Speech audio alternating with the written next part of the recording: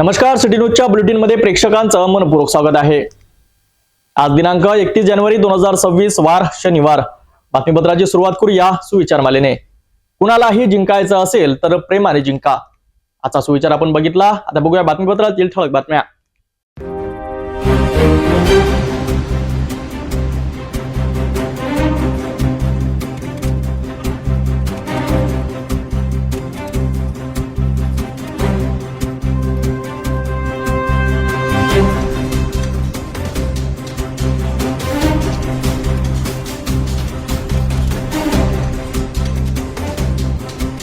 ठळक बातम्या बघितल्या, आता घेऊया एक छोटासा ब्रेक। शादी और ब्याह की शुरुआत आराधना साड़ी के साथ।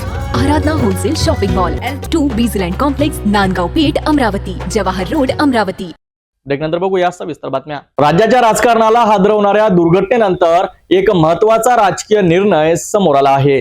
बारामती येथे झालेल्या विमान दुर्घटनेत उपमुख्यमंत्री अजित पवार यांच्या निधनानंतर राष्ट्रवादी काँग्रेस पक्षाने मोठा निर्णय घेतला आहे। अजित पवार यांच्या पत्नी सुनेत्रा पवार यांनी आज महाराष्ट्राच्या उपमुख्यमंत्री पदाची शपथ घेतली आहे। लोकभवनातील दरबार हॉलमध्ये अतिशय साधेपणाने हा शपथविधी पार पडला। राज्याचे उपमुख्यमंत्री अजित पवार यांच्या बारामती येथे झालेल्या विमान दुर्घटनेत निधन झाल्यानंतर संपूर्ण राज्यात देशभरातून शोक व्यक्त केला जात आहे। या दुःखद घटनेनंतर राष्ट्रवादी काँग्रेस पक्षाने महत्त्वपूर्ण निर्णय घेत अजित पवार यांच्या पत्नी सुनेत्रा पवार यांची विधिमंडळ पक्षनेतेपदी निवड केली। शुक्रवारी रात्रीच सुनेत्रा पवार बारामतीहून मुंबईकडे रवाना झाल्या होत्या। शनिवारी सकाळपासूनच मुंबईत राजकीय घडामोडींना वेग आला। विधिमंडळात राष्ट्रवादी काँग्रेसची गटनेते पदाची बैठक पार पडली। या बैठकीत दिलीप वळसे पाटील यांनी सुनेत्रा पवार यांच्या नावाचा प्रस्ताव मांडला। छगन भुजबळ यांनी या प्रस्तावाला अनुमोदन दिले। यानंतर एकमताने सुनेत्रा पवार यांची राष्ट्रवादी काँग्रेसच्या विधिमंडळ गटनेतेपदी निवड करण्यात आली। यानंतर धनंजय मुंडे, छगन भुजबळ, प्रफुल्ल पटेल, सुनील तटकरे, संजय बनसोडे आदी नेत्यांनी मुख्यमंत्री देवेंद्र फडणवीस यांची वर्ष बंगल्यावर भेट घेतली। गटनेतेपदाची माहिती देणारे पत्र मुख्यमंत्र्यांनी राज्यपालांकडे पाठविले। त्यानुसार सायंकाळी 5 वाजता लोकभवनातील दरबार हॉलमध्ये शपथविधी सोहळा पार पडला। राज्यपाल आचार्य देवव्रत यांनी सुनेत्रा पवार यांना मंत्रिपदाची शपथ दिली। शपथ लावशील इथे।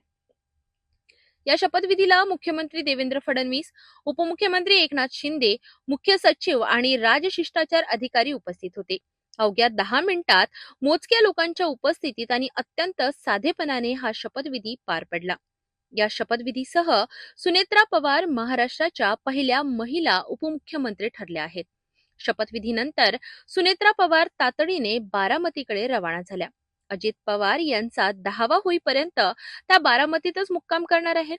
दुखवट्याच्या काळात कोणतेही सत्कार, हार किंवा तुरा स्वीकारले जाणार नसल्याचे त्यांनी स्पष्ट केले। एकीकडे राज्य शोकसागरात असताना दुसरीकडे जबाबदारीची जाणीव ठेवत सुनेत्रा पवार यांनी उपमुख्यमंत्री पदाची शपथ घेतली आहे। संवेदनशीलता, साधेपणा आणि शिस्त याचा आदर्श ठेवत त्यांनी आपल्या नव्या भूमिकेला सुरुवात केली आहे। चपराशीपुरा परिसरात मध्यरात्री घडलेल्या एका धक्कादायक घटनेमुळे नागरिकांमध्ये भीतीचं वातावरण निर्माण झालंय। अज्ञात व्यक्तींनी एका कारच्या मोठ्या प्रमाणात नुकसान केल्याचा प्रकार समोर आलाय। मिळालेल्या माहितीनुसार जय संतोष सरसे, वय वर्ष 22, राहणारा चपराशीपुरा यांच्या कारचे शुक्रवार मध्यरात्री अज्ञात व्यक्तींनी मोठ्या प्रमाणात नुकसान केले। विशेष म्हणजे घटनास्थळी इतर अनेक कार उभ्या असतानाही त्या वाहनांना कोणत्याही प्रकारचे नुकसान न करता केवळ याच कारला लक्ष्य करण्यात आले। कारच्या काचा फोडणे, बॉडीला नुकसान पोहोचवणे असा हा प्रकार अत्यंत नियोजनबद्ध आणि व्यवस्थातून केल्याचा संशय व्यक्त केला जात आहे।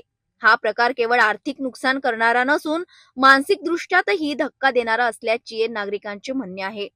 या घटनेनंतर चपराशीपुरा परिसरात सुरक्षेच्या दृष्टिकोनातून भीतीचे वातावरण पसरले आहे। मध्यरात्री अशा प्रकारे वाहनांची तोडफोड होत असेल तर सामान्य नागरिक सुरक्षित आहेत का, असा सवाल आता उपस्थित होत आहे। या प्रकरणी संबंधितांनी पोलीस ठाण्यात तक्रार दाखल करण्याची तयारी दर्शवली असून लवकरात लवकर आरोपींचा शोध घ्यावा आणि परिसरात गस्त वाढवावी अशी मागणी नागरिकांकडून होत आहे। अज्ञात व्यक्तीने केलेल्या या कृत्यामुळे परिसरातील नागरिकांमध्ये असुरक्षेची भावना वाढली आहे. आरोपींना तात्काळ अटक करून अशा घटनांना आळा घालावा अशी मागणी आता जोर धरू लागली आहे. चपराशीपुरामधील सुरक्षेचा प्रश्न ऐरणीवर आला असून प्रशासनाची पुढील भूमिका महत्त्वाची ठरणार आहे.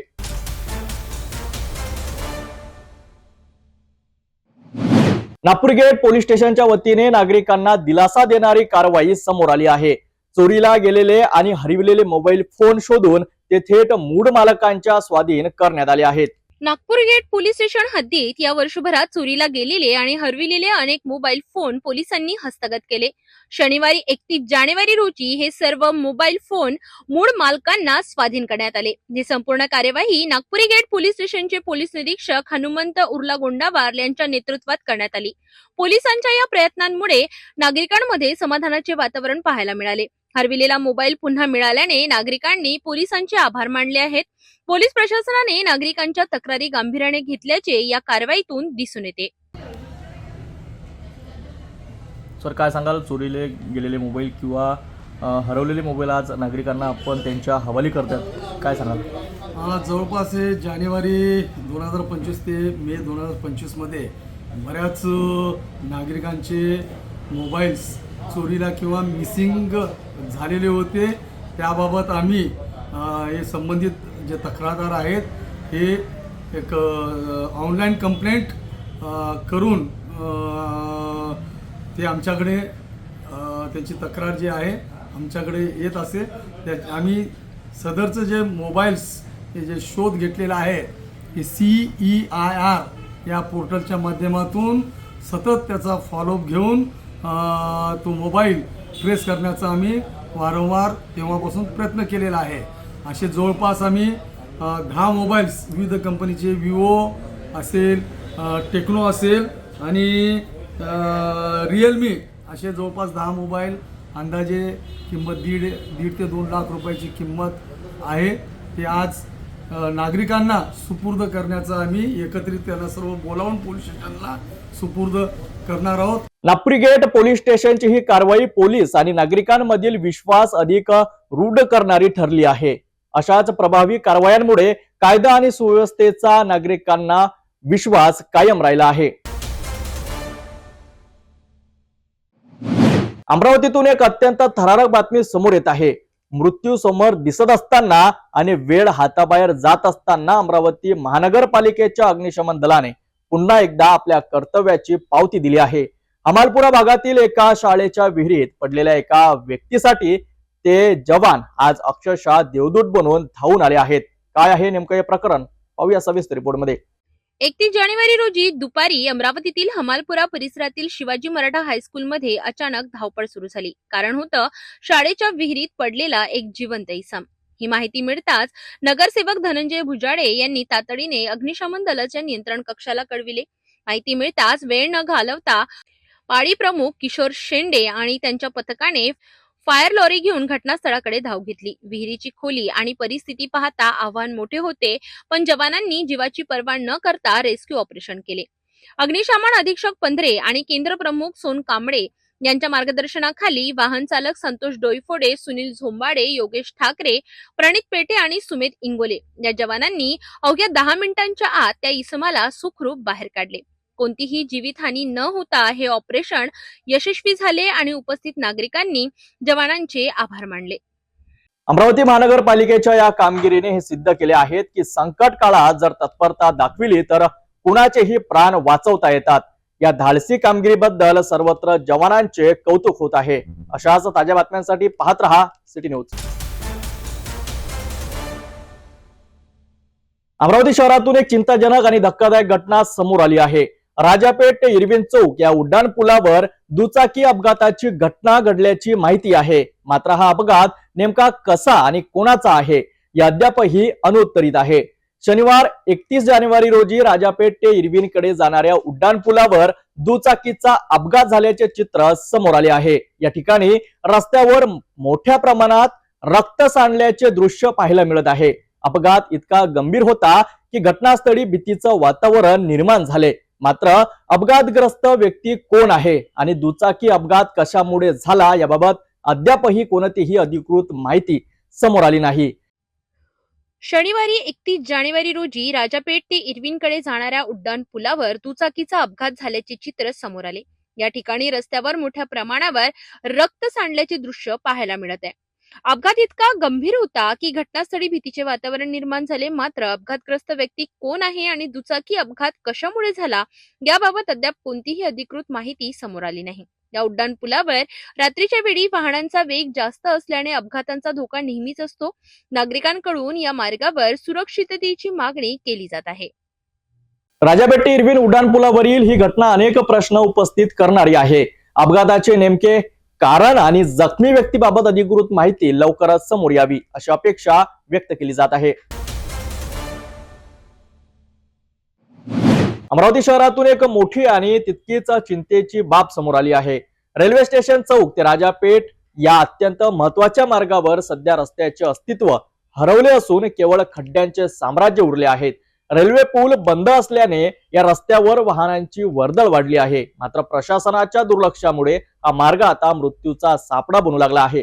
काय आहे नेमकी परिस्थिती पाहूया सविस्तर रिपोर्टमध्ये. रेल्वे स्टेशन चौकापासून राजापेठ उड्डाणपुलाकडे जाणारा हा मुख्य मार्ग सध्या मोठ्या खड्ड्यांनी भरलेला आहे.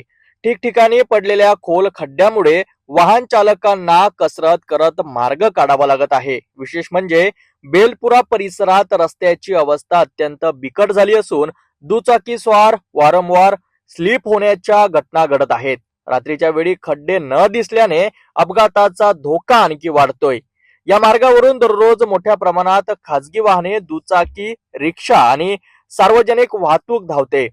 मात्र रस्त्याची ही अवस्था पाहता कोणत्याही क्षणी गंभीर दुर्घटना घडण्याची शक्यता नाकारता येत नाही. काही ठिकाणी पावसाचे पाणी साचत असल्याने खड्ड्यांचा अंदाज येत नाही. यामुळे वाहनांचे नुकसान होत असून प्रवाशांच्या जीवितास धोका निर्माण झाला आहे. स्थानिक नागरिकांनी रस्त्यांच्या खराब अवस्थेबाबत तीव्र नाराजी व्यक्त केली आहे. महापालिका प्रशासनाने या रस्त्याची तातडीने दुरुस्ती करावी, खड्डे बुजवावेत आणि कायमस्वरूपी उपाययोजना कराव्यात अशी मागणी नागरिकांकडून होत आहे. या रस्त्यामुळे केवळ वाहनांचे नुकसान होत नाही तर प्रवाशांच्या जीवावरही बेतत आहे. आता तरी महानगरपालिका प्रशासन जागे होऊन या मार्गाची कायमस्वरूपी दुरुस्ती करणार का की एखाद्या मोठ्या दुर्घटनेची वाट पाहतय हा प्रश्न आता अमरावतीकर विचारत आहेत. अशाच महत्त्वाच्या बातम्यांसाठी पाहत रहा सिटी न्यूज.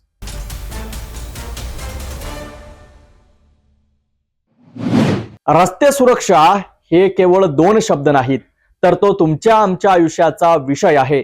दरवर्षीप्रमाणे यावर्षीही अमरावती शहर वाहतूक शाखेने मोठ्या थाटामाटात जनजागृती रॅली काढली. हातात फलक, डोक्यावर हेल्मेट आणि घोषणांचा कडकडाट. पण प्रश्न असा उरतो की या रॅलीने शहरातील अपघाताची संख्या खरोखरच कमी होते का की हे केवळ एका दिवसाचे फोटो सेशन ठरतंय. आज आपण याच रॅलीचा आणि शहरातील विदारक वाहतूक व्यवस्थेचा आढावा घेणार आहोत. शनिवार 31 जानेवारी रोजी अमरावती शहरात रस्ते सुरक्षा अभियानाअंतर्गत भव्य रॅलीचे आयोजन करण्यात आले. पोलीस उपायुक्त गणेश शिंदे आणि श्याम घुगे यांच्या हस्ते हिरवी झेंडी दाखवून या रॅलीचा शुभारंभ झाला. इरविन चौक ते शेगाव नाका या प्रमुख मार्गांवरून ही रॅली मार्गस्थ झाली. मात्र या रॅलीच्या चमकधमकीमध्ये एक कडू सत्य लपले. नागरिकांना हेल्मेट सक्तीचे आवाहन करणारा वाहतूक विभाग स्वतःच्या कर्मचाऱ्यांच्या डोक्यावर रोजच्या ड्युटीत हेल्मेट का पाहत नाही? केवळ रॅलीपुरते हेल्मेट घालणे म्हणजे जनजागृती की फार्स? शहरातील रस्ते खड्ड्यात आहेत, स्पीड ब्रेकरचे कोणतेही नियम पाळले गेलेले नाहीत आणि अनेक ठिकाणी सिग्नल केवळ शोभेची वस्तू बनले आहेत. लोकांनी हेल्मेटचा जास्तीत जास्त वापर केला पाहिजे. त्यामुळे जे ॲक्सिडेंटचे प्रमाण जे वाढत आहे त्याचे प्रमाण कमी होऊन लोकांना जीवितहानी होऊ नये याकरता आपण हेल्मेटची रॅली काढली आहे. सर्वप्रथम आमचे पोलीस हेल्मेट घालून लोकांना प्रदर्शन करतील आणि त्यानुसार इतर लोक हेल्मेट घालतील अशी आम्हाला अपेक्षा आहे. वाहतूक शाखेमार्फत रस्ता सुरक्षा अभियान राबवलं जातं. रस्ता सुरक्षा अभियान दरम्यान सर्व शाळा कॉलेजेसमध्ये वाहतूक नियम तसेच रस्ता सुरक्षा नियमांबाबत मार्गदर्शन केले जाते. बैलगाड्या, ट्रॅक्टर ज्यांना रिफ्लेक्टर नसतात त्यांना रेडियम लावण्यात येतात. तसेच वेगवेगळे उपक्रम राबवण्यात येतात. यावर्षीसुद्धा त्याचाच रस्ता सुरक्षा अभियानाच्या दृष्टीने आणि अपघात कमी करण्याच्या दृष्टिकोनातून शहर वाहतूक शाखा अमरावती शहरमार्फत हेल्मेट जनजागृती रॅली मोठ्या प्रमाणात काढण्यात येत आहे, जेणेकरून लोकांना हेल्मेटचं महत्त्व पटवून आपले मोठ्या प्रमाणात जीवितहानी पासून संरक्षण करण्यात येईल या दृष्टीने शहर वाहतूक शाखेमार्फत हेल्मेट रॅली काढण्यात येईल. जय हिंद. वाहतूक विभागाने पत्रव्यवहाराच्या पलीकडे जाऊन महानगरपालिकेशी समन्वय साधणे गरजेचे आहे. जोपर्यंत शहरातील रस्ते, झेब्रा क्रॉसिंग आणि पार्किंगची व्यवस्था सुधारत नाही तोपर्यंत अशा रॅलींनी अपघातांची संख्या कमी होणे कठीण आहे. नागरिकांमध्ये जनजागृती करण्याआधी प्रशासनाने स्वतःची कार्यपद्धती सुधारण्याची गरज आहे, अशी भावना आता अमरावतीकरांमधून व्यक्त होत आहे. वाहतूक रॅली काढणे हे कौतुकास्पद पाऊल असले तरी जोपर्यंत प्रत्यक्ष जमिनीवर काम होत नाही तोपर्यंत बदल घडणार नाही. केवळ एकमेकांवर बोटं दाखवून समस्या सुटणार नाहीत, तर त्यासाठी रस्ते सुधारणे आणि नियमांची प्रामाणिक अंमलबजावणी करणे गरजेचे आहे.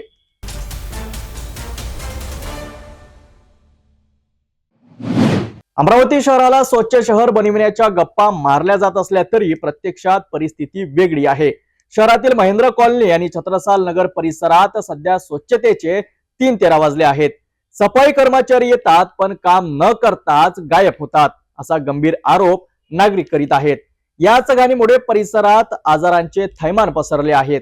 काय आहे नेमकी तिची परिस्थिती, पाहूया सविस्तर रिपोर्टमध्ये. अमरावती शहरातील महेंद्र कॉलनी सत्रसाल नगरचा परिसर कधी काळी शांत आणि स्वच्छ मानला जाणारा हा परिसर आज कचऱ्याच्या विळख्यात सापडला आहे.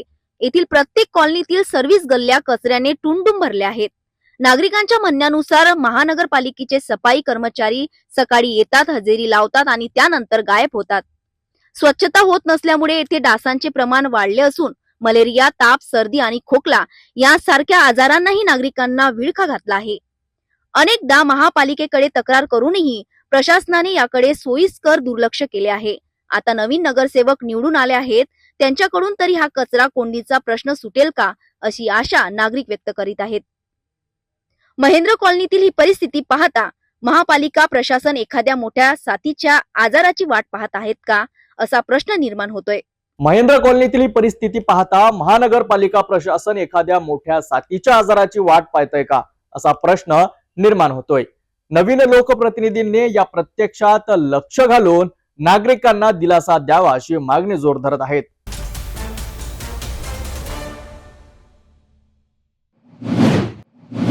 अमरावती शहर स्मार्ट सिटीकडे वाटचाल करीत असल्याचा दावा प्रशासन करत असलं तरी जमिनीवरची परिस्थिती काही वेगळी आहे. शहरातील अतिशय वर्दळीचा आणि महत्वाचा भाग म्हणून ओळखल्या जाणाऱ्या मुख्य डाकघर ते गांधी चौक मार्गावर सध्या कचऱ्याचे साम्राज्य पसरलाय. विशेष म्हणजे महापालिका मुख्यालयापासून हाकेच्या अंतरावर असूनही या भागाची अवस्था डम्पिंग यार्ड सारखी झाली आहे. नेमकं काय आहे हे प्रकरण, पाहूया सविस्तर रिपोर्टमध्ये. अमरावतीचे हृदयस्थळ म्हणून समजल्या जाणाऱ्या श्याम चौक ते जुना मोटर स्टँड रोड सध्या दुर्गंधीचे लोट पसरले आहेत. या परिसरात दूरसंचार विभाग, 3 प्रमुख बँका, मुख्य डाकघर आणि तहसील कार्यालय यांसारखी महत्वाची शासकीय कार्यालय आहेत. मात्र मुख्य डाकघर जवळ असलेल्या चौकात रस्त्याच्या कडेला कचऱ्याचे मोठमोठे ढिगारे साचले आहेत. स्थानिकांच्या म्हणण्यानुसार 2-2 दिवस इथला कचरा उचलला जात नाही. जिथे कचरा साचतो तिथेच नागरिक लघुशंकाही करतात, ज्यामुळे या परिसरात चालणे कठीण झाले आहे. महानगरपालिका स्वच्छतेसाठी कंत्राटी कंपन्यांना लाखो रुपये मोजत आहे, मात्र प्रत्यक्षात स्वच्छतेचा बोजवारा उडाले आहे. केवळ ठेका दिला म्हणजे जबाबदारी संपली असे म्हणून चालणार नाही, तर अधिकाऱ्यांनी या कामावर लक्ष देणे गरजेचे आहे. नागरिकांनी वेळोवेळी तक्रारी करूनही प्रशासनाकडून कोणतीही ठोस कारवाई होताना दिसत नाही. शहराचा चेहरा असणाऱ्या या भागात जर अशी परिस्थिती असेल तर उपनगराचे काय, असा प्रश्न आता नागरिक विचारत आहेत. कचरा टाकणाऱ्या नागरिकांनीही जागरूक राहणे गरजेचे आहे, पण मनपा प्रशासनाने आपली इच्छाशक्ती दाखवून या भागाची स्वच्छता तातडीने करणे आवश्यक आहे. आता तरी प्रशासन याकडे लक्ष देईल का हे पाहणं महत्वाचं ठरेल. अमरावती ते परतवाडा या अत्यंत वर्दळीच्या मार्गावर प्रवाशांचा संयम संपत चाललाय. ई बस सेवा सुरू झाल्यानंतर जिथे सोयी वाढायला हव्या होत्या तिथे मात्र प्रवाशांचा मनस्ताप वाढलेला दिसतोय. मुख्य बस स्थानकात आजही सध्या बससाठी तासन तास वाट पाहावी लागत असल्याचं चित्र आहे. नेमकं काय आहे प्रवाशांचं म्हणणं आणि ही अडचण का निर्माण झाली, पाहूया सविस्तर रिपोर्टमध्ये. अमरावती ते परतवाडा हा मार्ग नेहमीच प्रवाशांनी गजबजलेला असतो. मात्र सध्या या मार्गावर प्रवाशांची गर्दी वाढली असतानाही साधारण बसच्या फेऱ्या मोठ्या प्रमाणात कमी करण्यात आल्या आहेत. ई बस सेवा सुरू झाल्यानंतर या मार्गावरील साधारण बसच्या फेऱ्या घटविण्यात आल्या, तर ई बस आणि शिवशाही बसच्या फेऱ्यांमध्ये वाढ करण्यात आली. याचा थेट फटका बसतोय तो सामान्य प्रवाशांना. मुख्य बस स्थानकात साध्या बससाठी प्रवाशांना 2 ते 3 तास वाट पाहावी लागत असल्याच्या तक्रारी आहेत. महत्वाचं म्हणजे ई बसचे तिकीट तब्बल 144 रुपये तर साध्या बसचे तिकीट केवळ 91 रुपये आहे. महागाईच्या काळात अनेक प्रवासी आजही साध्या बसलाच पसंती देतात. मात्र बस कमी असल्याने प्रवाशांची गर्दी, वाद, उशीर आणि संताप अशी परिस्थिती निर्माण झाली आहे. प्रवासी म्हणतात की ई बस चांगली असली तरी सर्वसामान्यांसाठी साध्या बसच्या फेऱ्या वाढवणं गरजेचं आहे. अन्यथा रोजचा प्रवास डोकेदुखी ठरत असल्याची भावना प्रवाशांकडून व्यक्त केली जात आहे. एक दीड हो ना, खूप वेळ झाला आम्हाला. 12 वाजतापासून उभं आम्ही. 1-1.5 तास झाला बापा. किती वेळपर्यंत उभं राहू आम्ही इथं. पाय दुखून राहिले, पाय घोटे गेले कामातून. परतवाडा अर्जंट मध्ये जायचं आहे मला बसनं. 12 वाजतापासून आलो आम्ही. आता काय वाटते म्हणजे कधी येते काय माहित बाई. आम्ही हे वाट पाहून राहिलो बसची. बस कधी येते काय बसची वाट पाहून राहिलो आम्ही. 12 वाजतापासून बसलो बापा इथंच. एकीकडे आधुनिक सुविधा तर दुसरीकडे सामान्य प्रवाशांचा संघर्ष. अमरावती परतवाडा मार्गावरील ही परिस्थिती पाहता सध्या बसच्या फेऱ्या वाढवण्याची गरज पुन्हा एकदा अधोरेखित होत आहे. आता याकडे परिवहन महामंडळ आणि प्रशासन लक्ष देणार का, की प्रवाशांचा मनस्ताप असाच सुरू राहणार, याकडे सगळ्यांचं लक्ष लागलं आहे. महाराष्ट्र राज्य परिवहन मंडळाच्या डिसाड कारभार पुन्हा एकदा चव्हाट्यावर आला आहे. अमरावतीवरून वरुडकडे जाणारी एसटी बस अचानक रस्त्यात बंद पडल्याने प्रवाशांना नाहक त्रास सहन करावा लागला. ही घटना अमरावती शहरातील इरविन चौक परिसरातील उड्डाणपुलाजवळ घडली. प्रवासात असलेली बस अचानक बंद पडली आणि काही वेळातच प्रवाशांमध्ये गोंधळाचे वातावरण निर्माण झाले. बस बंद पडण्याचे कारण गाडी हिट झाल्यामुळे असे सांगण्यात आले असले तरी नेमकी चूक कोणाची आणि बसची स्थिती कशी होती याबाबत अनेक प्रश्न उपस्थित होत आहेत. उड्डाणपुलाजवळ बस बंद पडल्यामुळे वाहतुकीवरही परिणाम झाला. प्रवाशांना तासनतास बसमध्येच थांबावे लागले, तर काही प्रवाशांना पर्यायी वाहनांची धावपळ करावी लागली. वारंवार होणाऱ्या बिघाडांमुळे एसटी बसची सुरक्षितता आणि देखभाल यावर प्रवाशांनी प्रश्नचिन्ह उपस्थित केले आहे. नियमित देखभाल होत आहे का? प्रवाशांच्या सुरक्षेची जबाबदारी कोणाची? असे सवाल आता पुन्हा ऐरणीवर आले आहे. एसटी ही सामान्य नागरिकांची जीवनवाहिनी आहे, पण अशा घटनांमुळे त्या विश्वासाला तडा जात आहे. वेळीच योग्य देखभाल आणि जबाबदार व्यवस्थापन झाले नाही तर प्रवाशांचा संयम तुटण्याची शक्यता नाकारता येत नाही. एसटी महामंडळ या घटनेची दखल घेणार का, याकडे सर्वांचं लक्ष लागलं आहे.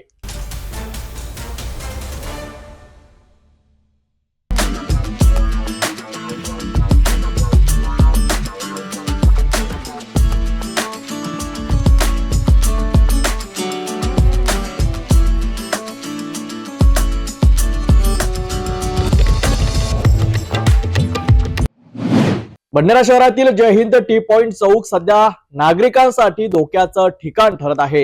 येथे सुरू असलेल्या बेकायदेशीर आणि निष्काळजीपणा बांधकामामुळे वाहतुकीचा पूर्ण बोजवारा उडाला असून लहान मुलांच्या जीवाशी खेळ सुरू असल्याचा आरोप स्थानिक नागरिक करत आहेत. भंडारा येथील जय हिंद टी पॉइंट चौक परिसरात एका संबंधित बिल्डर कडून सुरू असलेल्या बांधकामासाठी बांधकाम साहित्य थेट रस्त्यावर टाकण्यात आले आहेत. ठिकठिकाणी मोठे गड्डे खोदून कोणतीही सुरक्षा व्यवस्था न ठेवता ते उघडेच ठेवण्यात आले आहेत. यामुळे परिसरातील वाहतुकीला मोठा अडथळा निर्माण झाला असून वाहन चालकांना जीव धोक्यात घालून मार्ग काढावा लागत आहे. सर्वात धक्कादायक बाब म्हणजे या बांधकाम साईट भोवती कोणतेही बॅरिकेड, सुरक्षा जाडी किंवा सुरक्षा फलक लावण्यात आलेला नाहीत.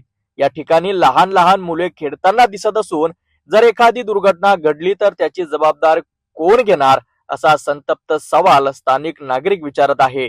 स्थानिक नागरिकांचा आरोप आहे की या गंभीर प्रकाराकडे संबंधित प्रशासन आणि अधिकाऱ्यांचे संपूर्णपणे दुर्लक्ष होत आहे. नियमांचे उघड उल्लंघन होत असतानाही कोणतीही कारवाई होत नसल्याने प्रशासनाच्या कार्यपद्धतीवर मोठे प्रश्नचिन्ह निर्माण झाले आहे. एखादा मोठा अपघात झाल्यानंतरच प्रशासन जागे होणार का, असा थेट सवाल नागरिकांनी उपस्थित केला आहे. जय हिंद टी पॉइंट चौकात सुरू असलेला हा निष्काळजीपणा आता अपघाताला आमंत्रण देत आहे. बांधकाम साहित्य त्वरित हटविणे, गड्डे सुरक्षित करणे, साईट भोवती संरक्षणात्मक व्यवस्था करणे आणि संबंधित बिल्डरवर कठोर कारवाई करणे ही नागरिकांची स्पष्ट मागणी आहे. अन्यथा नागरिकांनी तीव्र आंदोलन छेडण्याचा इशाराही दिला आहे. आता प्रशासन याची दखल घेणार का, की पुन्हा एखाद्या दुर्घटनेची वाट पाहणार, हा प्रश्न अजूनही अनुत्तरित आहे.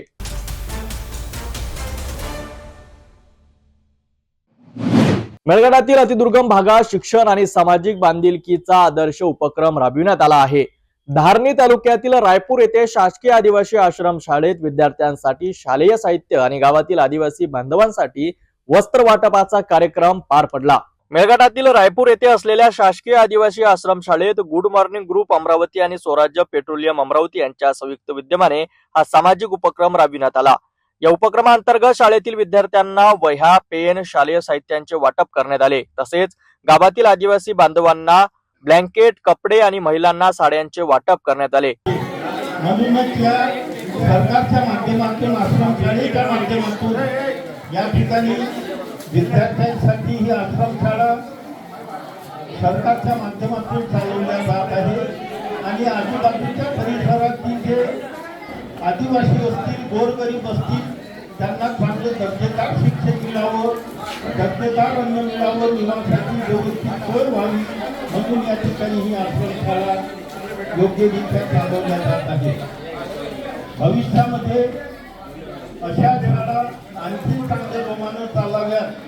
आणि आपण आजकाल पाहतो की ग्रामीण भागातील ज्या जिल्हा परिषदेच्या शाळा आहेत त्या विद्यार्थ्यांअभावी बंद होण्याच्या मार्गावर आहेत.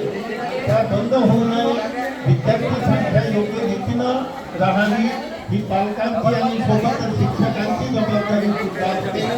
मी आपल्या सर्वांना प्रजासत्ताक दिनाच्या शुभेच्छा देतो आणि आमच्या सोबत असलेल्या सर्व मान्यवरांना विनंती करतो की त्यांनी शालेय वास्तूचं वाटप करावं. धन्यवाद. राजर्षी छत्रपती शाहू महाराज, क्रांतीवीर महात्मा ज्योतिराव फुले, क्रांतिमाता सावित्रीबाई फुले, डॉक्टर बाबासाहेब आंबेडकर यांना विनम्र अभिवादन करतो.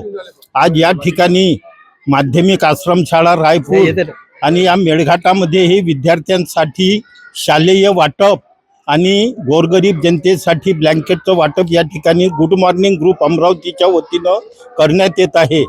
यासाठी VMV गुड मॉर्निंग ग्रुपच्या वतीनं साहित्याचं वाटप करण्यात येत आहे. या ठिकाणी जे सहकार्य लाभलं ते स्वराज पेट्रोलियमचे संचालक सोरटे साहेब, सन्माननीय संजूभाऊ पटेल, मुन्नाभाऊ यादव, मुरलीभाऊ डहाके आणि राजूभाऊ कुटेमाटे आणि आमची इतर सर्व मंडळी या ठिकाणी उपस्थित झालेली आहे. सर्वांनी विद्यार्थ्यांसाठी, कारण विद्यार्थी हा देशाचा कणा असतो आणि हा जो स्तंभ आहे तो मजबूत व्हावा, त्याला योग्य दर्जेदार शिक्षण मिळावं यासाठी गुड मॉर्निंग ग्रुप VMVच्या वतीनं थोडं का होईना आम्ही या ठिकाणी त्यांना शालेय जे साहित्य आहे त्याचं वाटप केलेलं आहे. या कार्यक्रमास शाळेचे मुख्याध्यापक YS जांभोडे तसेच BC More, VS खिराडे, SS Petkar, RS काजदेकर, DD Kumbre यांच्यासह शिक्षक आणि कर्मचारी उपस्थित होते. VMV गुड मॉर्निंग ग्रुप की ओर से मेलघाट में हम रायपुर इलाके में शासकीय शाला के अंदर आके 300-400 बच्चों को साहित्य देने का काम VMV गुड मॉर्निंग ग्रुप ने किया. मेळघाट सारख्या अतिदुर्गम भागात शिक्षण, मदत आणि माणुसकीचा हात पुढे करणारे असे उपक्रम खऱ्या अर्थानं समाजासाठी प्रेरणादायी ठरत आहेत. अशा सामाजिक उपक्रमामुळे विद्यार्थ्यांचा आत्मविश्वास वाढत असून शिक्षणाच्या दिशेने त्यांची पावलं अधिक भक्कम होत आहेत.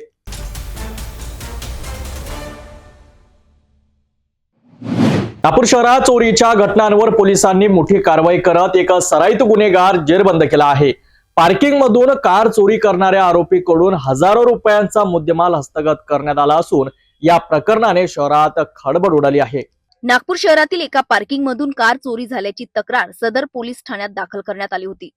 फिर्यादी सूरज सरोज मेघराम यांनी आपली 4 चाकी गाडी पार्क करून कार्यक्रमासाठी गेले असताना अज्ञात चोरट्याने गाडी चोरी केल्याचे पोलिसांना सांगितले. या प्रकरणाचा तपास सुरू असतानाच गुन्हे शाखेच्या पथकाने गुप्त माहितीच्या आधारे शोध मोहीम राबवली. दरम्यान संशयित आरोपी चोरी केलेली कार घेऊन पळून जात असताना पोलिसांनी त्याला ताब्यात घेतले. चौकशीत आरोपीने कार चोरी केल्याची कबुली दिली.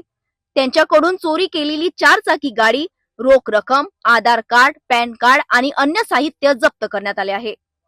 नमूद आरोपी हा सराईत गुन्हेगार असून त्याच्यावर यापूर्वीही चोरी, घरफोडी आणि इतर गंभीर गुन्ह्यांची नोंद आहे. सध्या आरोपी पोलीस कोठडीत असून त्याच्या साथीदारांचा शोध सुरू आहे. बरोबर आहे. गुरु नानक लॉनच्या बाजूला मेट्रो स्टेशन आहे, त्या ठिकाणी गाडी ठेवून फिर्यादी गेला होता. चोरी गेल्याची परत माहिती दिली पोलीस स्टेशनला. त्याच्यावरून ते मागावर होते डीबी पथक. तिथे पेट्रोलिंग दरम्यान एक संशयित इसम गाडी सोडून पडून गेला. ती गाडी चोरीची निघाली. त्याच्या अनुषंगाने तो गेलेल्या माणसाचे शोध घेऊन विनय साहू राहणार मिनाकी मंगळवारी यशोधरनगर, त्याला ताब्यात घेऊन विचारपूस केली असता त्यांनी यशोधरनगरची गाडी कपिलनगर, तहसील, शांतीनगर, पाचपावली असे 6 वाहन आणि एक सेतूचं घरफोडी केलेली आहे. तिथले काही पैसे आणि तिथले जे कार्ड्स आहेत ते रिकव्हर करण्यात यश मिळालेलं आहे डीबी पथकाला. टोटल माल 3,30,000चं मुद्देमाल जप्त करण्यात आलेलं आहे. आरोपी आणि त्याच्यासोबत कोण आहे त्याचा पण शोध घेणे सुरू आहे. विनय साहू म्हणून आहे यशोधरनगरचा, तो आरोपी आहे. त्याच्यावर अगोदरचे पण रेकॉर्ड आहे. आता पण तो आरोपी अटक आहे. त्याच्यात पथक आहे PSI माजगावकर, रवींद्र राऊत, मुकेश यादव, युनुस शेख, पाल, अमित ठाकूर आणि रेवतकर या डीबी पथकाने ही कारवाई केलेली आहे. बरोबर आहे. मान्य न्यायालयातून आरोपी अटक करूनच त्याला 1 दिवस PCR घेण्यात आला. PCR दरम्यान पण आणखी काही गुन्हे उघडकीस झालेले आहे आणि त्याच्यानंतर एक आरोपी जो आहे ते सोबतचा तो जर मिळाल्यास आणखी काही गुन्हे उघडकीस येतील. शहरात वाढत असलेल्या चोरीच्या घटनांवर पोलिसांची ही कारवाई महत्वाची मानली जात आहे. पोलीस प्रशासनाने नागरिकांनीही वाहन पार्किंग बाबत विशेष खबरदारी घ्यावी असं आवाहन केलं आहे. भांडेवाडी डम्पिंग यार्ड येथे आज मोठी कारवाई पाहायला मिळाली आहे. लाखो रुपयांचा प्रतिबंधित गुटखा आणि तंबाखू पोलिसांकडून नष्ट करण्यात आला आहे. ही कारवाई ऑपरेशन थंडर अंतर्गत करण्यात आली असून परिमंडळ क्रमांक 5 चे पोलीस उपायुक्त निकेतन कदम यांनी याबाबत सविस्तर माहिती दिली आहे. परिमंडळ क्रमांक 5 अंतर्गत येणाऱ्या विविध पोलीस ठाण्यांमध्ये मागील काही काळात करण्यात आलेल्या कार्यवाहीत मोठ्या प्रमाणावर प्रतिबंधित गुटखा व तंबाखू जप्त करण्यात आला होता. शनिवार 31 जानेवारी रोजी 4 वाजताच्या सुमारास भांडेवाडी येथील डम्पिंग यार्डमध्ये हा सर्व मुद्देमाल कायदेशीर प्रक्रियेनुसार पूर्णपणे नष्ट करण्यात आला. ही संपूर्ण कार्यवाही ऑपरेशन थंडर अंतर्गत पार पडली. यावेळी परिमंडळ क्रमांक 5 चे पोलीस उपायुक्त निकेतन कदम स्वतः उपस्थित होते. विशेष म्हणजे तंबाखू आणि गुटख्याचे दुष्परिणाम समाजापर्यंत पोहोचावेत यासाठी शाळकरी विद्यार्थ्यांनाही या नष्टीकरण प्रक्रियेला उपस्थित ठेवण्यात आले होते. विद्यार्थ्यांना गुटखा आणि तंबाखूच्या आरोग्यावर होणारे गंभीर परिणाम यावेळी प्रत्यक्ष दाखवून आणि समजावून सांगण्यात आले. पोलीस उपायुक्त निकेतन कदम यांनी सांगितले की भविष्यातही अशा प्रकारचे प्रतिबंधित पदार्थांवर कठोर कारवाई सुरूच राहणार असून तरुण पिढीला व्यसनापासून दूर ठेवणे हा या मोहिमेचा मुख्य उद्देश आहे. आज 31 जानेवारी 2026 रोजी आपण झोन परिमंडळ क्रमांक 5 नागपूर शहर पोलीस येथे ऑपरेशन थंडर अंतर्गत जी ऑपरेशन थंडर ही जी मोहीम आहे माननीय CP रवींद्र सिंगल सर यांच्या संकल्पनेतून सुरू केली होती, ज्यामध्ये आपण सर्व जे अंमली पदार्थ आहेत किंवा इतर जे प्रोहिबिटेड पदार्थ आहेत जे शरीरासाठी हानिकारक असतात त्यांच्या विरुद्ध एक स्ट्रॉंग ऍक्शन घेत असतो, ते जप्त करत असतो, त्याचे आरोपी अटक करत असतो आणि त्याचाच एक भाग म्हणून आज आपण इथे सर्व आमचे जे 4 पोलीस स्टेशन आहेत, ACP आहेत, या सर्वांच्या मेहनतीने आणि आमचे मुद्देमाल मोरील आहेत त्यांच्या देखील मेहनतीने इथे जवळपास 35 लाखाचा जो गुटखा आहे किंवा सेंटेड टोबॅको जी महाराष्ट्रामध्ये प्रोहिबिटेड आहे ते इथे नष्टीकरण त्याचं करत आहोत. यामध्ये आपण काही शाळेच्या विद्यार्थ्यांना देखील समाविष्ट केलेलं आहे, जेणेकरून त्यांना देखील हा एक स्पष्ट मेसेज जावा की ह्या ज्या गोष्टी आहेत या शरीरासाठी अपायकारक आहेत. आपण चांगल्या सवयी बाळगल्या पाहिजे ज्या शरीरासाठी चांगल्या असतात आणि ह्या गुटख्यामध्ये जे व्यस्त असतात किंवा जे समाविष्ट आहेत याच्यामध्ये त्यांच्यावर पोलीस कारवाई करतात.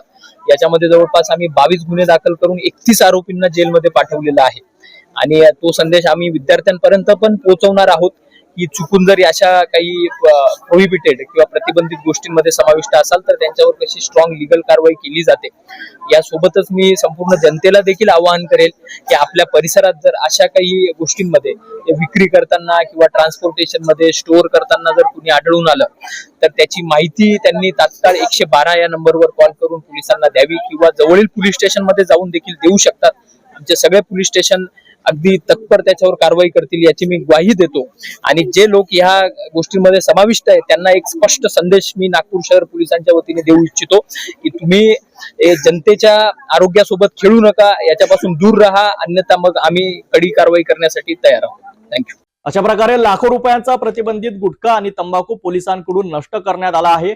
आरोग्याच्या दृष्टीने घातक असलेल्या या पदार्थाविरोधात पोलिसांचा कडक इशारा मानला जात आहे. भंडारा जिल्ह्यातील अड्याळ बस स्थानकावर विद्यार्थ्यांचा जीव अक्षरशः धोक्यात असल्याचे धक्कादायक चित्र समोर आले आहे. शाळा सुटल्यानंतर दररोज येथे घडणारा प्रकार पाहता क्षणभराची ही चुकी एखाद्या मोठ्या दुर्घटनेला आमंत्रण देऊ शकते. शाळा सुटल्यानंतर अड्याळ बस स्थानकावर एक अंगावर शहारे आणणारे दृश्य रोज पाहायला मिळत आहे. एसटी बस स्थानकात येताच शालेय विद्यार्थी आपल्या जीवाची पर्वा न करता बसच्या मार्गे धावताना दिसत आहे. ही धाव इतकी धोकादायक आहे की क्षणभर जरी पाय घसरला तर मोठा अपघात अटळ ठरू शकतो. या धोकादायक प्रकाराचे व्हिडिओ सोशल मीडियावर मोठ्या प्रमाणात व्हायरल झाले असून पालकांमध्ये भीतीचे आणि संतापाचे वातावरण पसरले आहे. आमची मुले सुरक्षित आहेत की नाही याची जबाबदारी नेमकी कोणाची, असा थेट सवाल पालक उपस्थित करीत आहेत. पालकांचा संतप्त प्रश्न असा आहे की शिक्षकांची जबाबदारी फक्त शाळेच्या 4 भिंतीपुरतीच मर्यादित आहे का? शाळा सुटल्यानंतर बस स्थानकावर विद्यार्थ्यांची शिस्त आणि सुरक्षितता पाहणारा कोणीच नाही का? दररोज हा धोकादायक प्रकार घडत असतानाही शाळा प्रशासन, एसटी महामंडळ आणि स्थानिक प्रशासन पूर्णपणे उदासीन असल्याचे चित्र दिसत आहे. बस स्थानकावर कोणतेही नियंत्रण, मार्गदर्शन किंवा शिस्तीची व्यवस्था नाही. एखादी मोठी दुर्घटना घडल्यावरच प्रशासन जागं होणार का? विद्यार्थ्यांच्या सुरक्षेसाठी तातडीने ठोस उपाययोजना करण्यात याव्यात. एसटी बस स्थानकावर नियंत्रण आणि मार्गदर्शन व्यवस्था उभी करावी अशी मागणी आता जोर धरू लागली आहे. विद्यार्थ्यांचा जीव अमूल्य आहे, तो अशा निष्काळजीपणामुळे धोक्यात जाता कामा नये.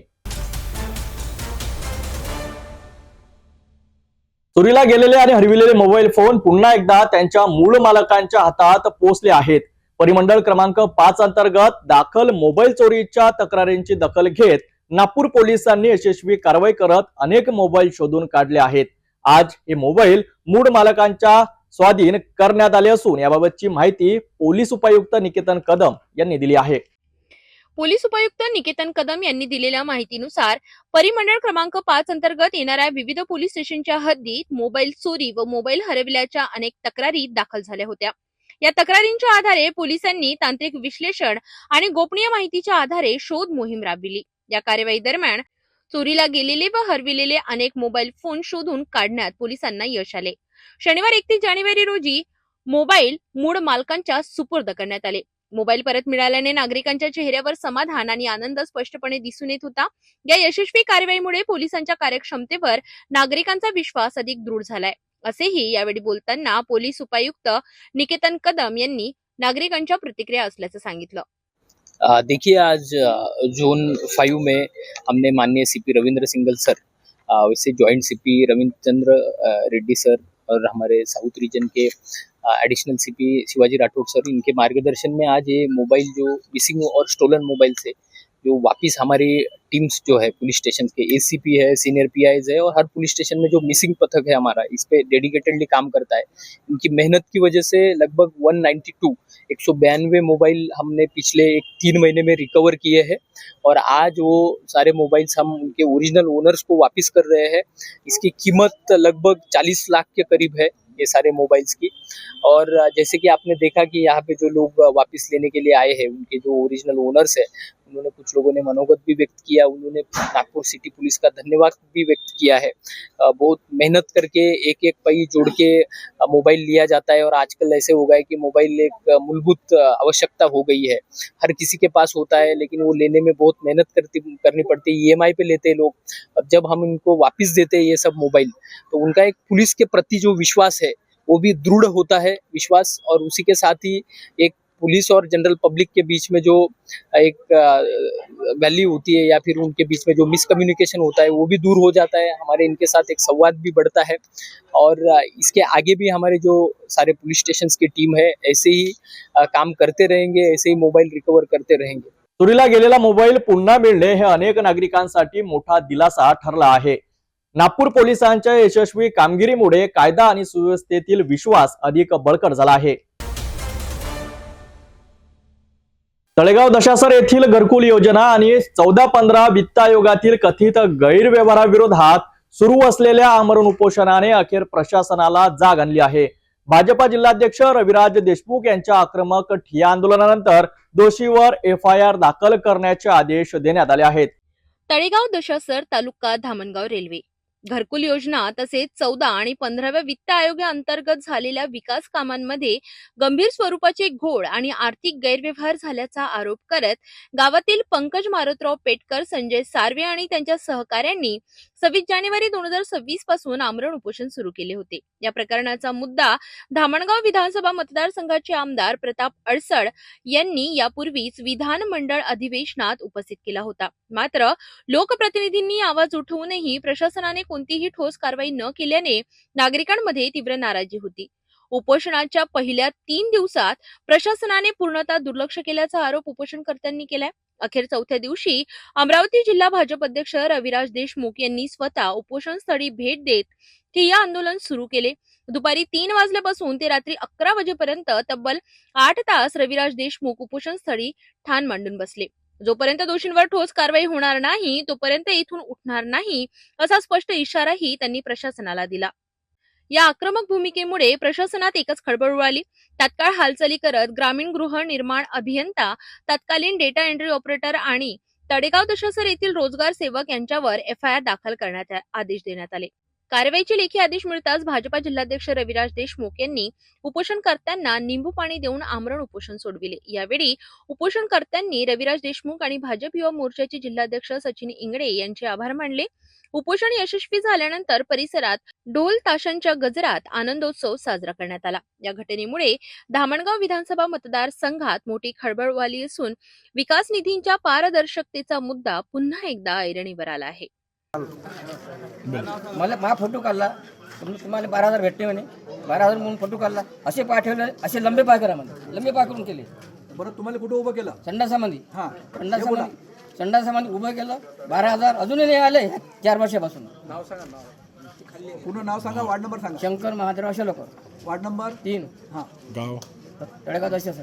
म्हणजे लोकांच्या लढ्याला राजकीय पाठबळ मिळाल्यानंतर प्रशासनाला अखेर कारवाई करावीच लागली। मात्र या प्रकरणातील दोषींना प्रत्यक्ष शिक्षा होते का याकडे संपूर्ण मतदारसंघाचे लक्ष लागलं आहे। जाता पुन्हा एकदा आजच्या ठळक बातम्या।